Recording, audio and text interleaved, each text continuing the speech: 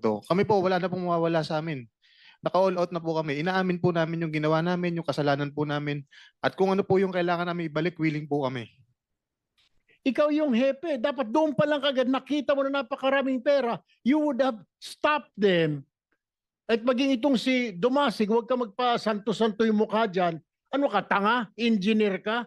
Hindi mo man lang sinumbong sa proper authorities? May chain of command, merong tumahimik ka muna dyan, Bryce Hernandez, huwag ka muna sumasagot-sagot. Thank you. Senator JB? It's your turn. Hello. Yes, sorry. I was in the phone with the Secretary Remulla. Anyway, Mr. Chair, napansin ko lang po nung nakaraang hearing bago pa ho kayo mag-take over, si Ma'am Sally Santos, mas compose ho kayo nun. At wala ho kayong takot na tinuturo nyo si Engineer Bryce Hernandez at si JP Mendoza bilang inyong kausap at sila po ang nasa likuran ng mga modus. Tama po ba? Yes, Your Honor. Pero bakit ngayon po ay parang iba ho yung kilos ninyo? Para kayong may takot, no? Umpisa pa lang, iba yung nung bago kayo humingi ng protection sa ating chairman. Ano ba nangyari mula nung panahon na yun? Natatakot lang po ako kasi may mga umiikot po kasi sa bahay namin na mga sasakyan na hindi ko po kilala. Parang yun po. Ano rin po ako sa pamilya ko na madamay po dito. Kaya medyo... So yun ang dahilan kung bakit nag-iba yung inyo pong behavior? Yes, Your Honor. Takot na takot kasi noon, magkatabi pa kayo, nasa pagitan kayo ng dalawa, tinuturo nyo itong dalawa. Yes, Wala Your kayong Honor. takot, pero ngayon parang kayo'y kabang-kaba. Natakot lang, Your Honor, kasi sabi ko nga po, marami po kasi umiikot sa bahay namin. Siyempre po, halos di na rin po ako nakakatulog Kasi, siyempre nag-aalala rin po ako sa pamilya ko. Kaya medyo ano po ako ngayon. Medyo Kinakabahan. kinakabahan po ako Sige po, naiintindihan na po natin. Si Engineer JP Mendoza, kasi pasensya na, dito kasi si ADE Bryce at si Engineer Alcantara lang ang natanong base sa affidavit ho na sinubmit ni Ma'am Sally Santos at base rin sa nakarang hearing, kayo po ang tinuturo ni Bryce Hernandez bilang nasa likuran po ng modus nung po lalo na sa mga ghost projects na nangyari po sa inyong district office sa Bulacan. So, at ang sabi po ni Ma'am Sally Santos, sinuturo kayo ni Bryce, sinabihan niya na hindi siya nakakakuha ng DPWH kontra kung hindi kayo papipirmahin ng lisensya. Totoo ba ito? Jerry JP, kayo po. Ako po, sir. Apo.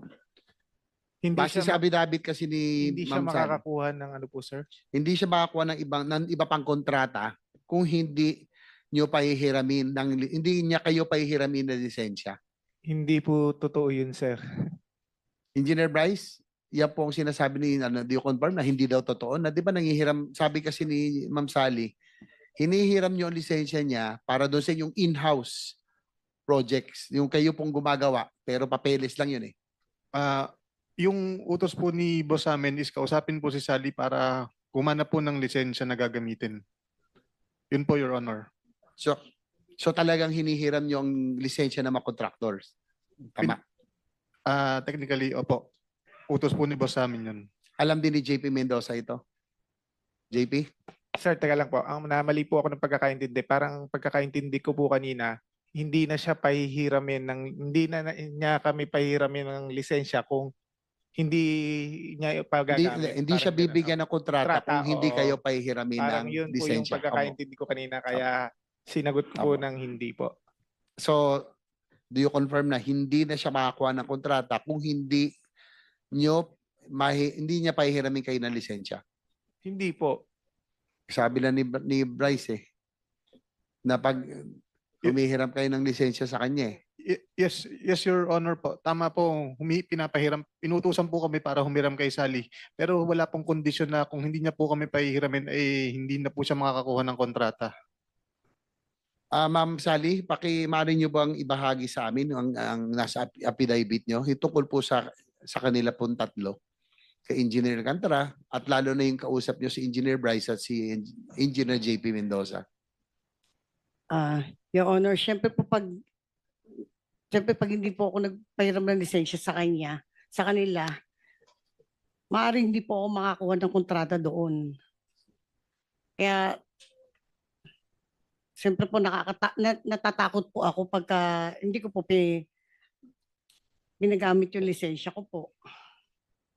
Mr. Chair, with the indulgence of Senator JB.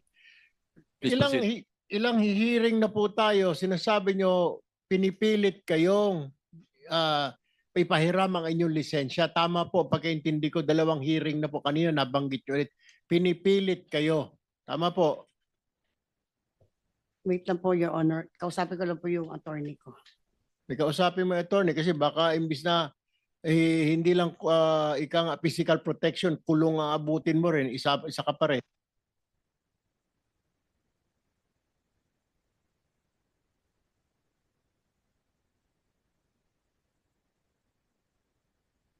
Yung po kasi lisensya ko po, automatic na po nilang ginagamit yun. Ako po yung nananalo.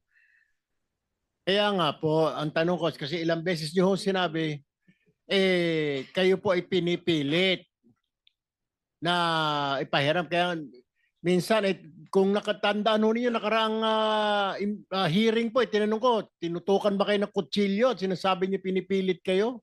Kung naalala ho ninyo. Ay, Ano ho ba yon? hindi po ako yung nagsabi ng... Hindi, kaya nga po, ang tinatanong ko nga, sinasabi nyo, pinipilit kayo, kanina lamang nasabi ninyo.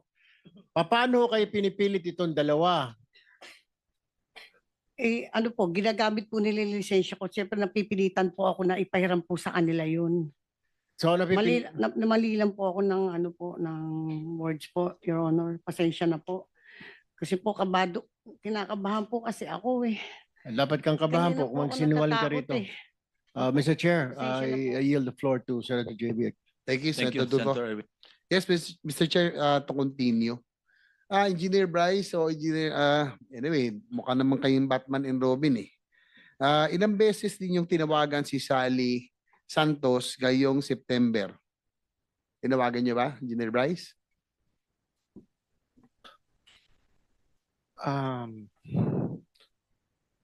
Yes or no lang? Parang hindi ko po matanda na tinawagan ko. Kung ngayon pong September, Your Honor, parang hindi ko po siya tinawagan. Aba, si Engineer Mendoza, JP.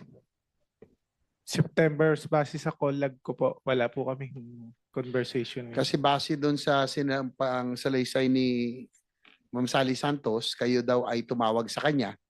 Tama ho ba? Neto po, Your Honor, tumawag po si Engineer Bryce sa akin.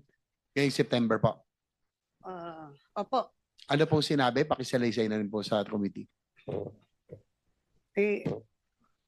una po, tumawag po siya, personally niya pong sinabi sa akin na Sally, huwag kang mag-alala, lahat ng mga project na kinuha namin sa'yo, gagawin namin yun.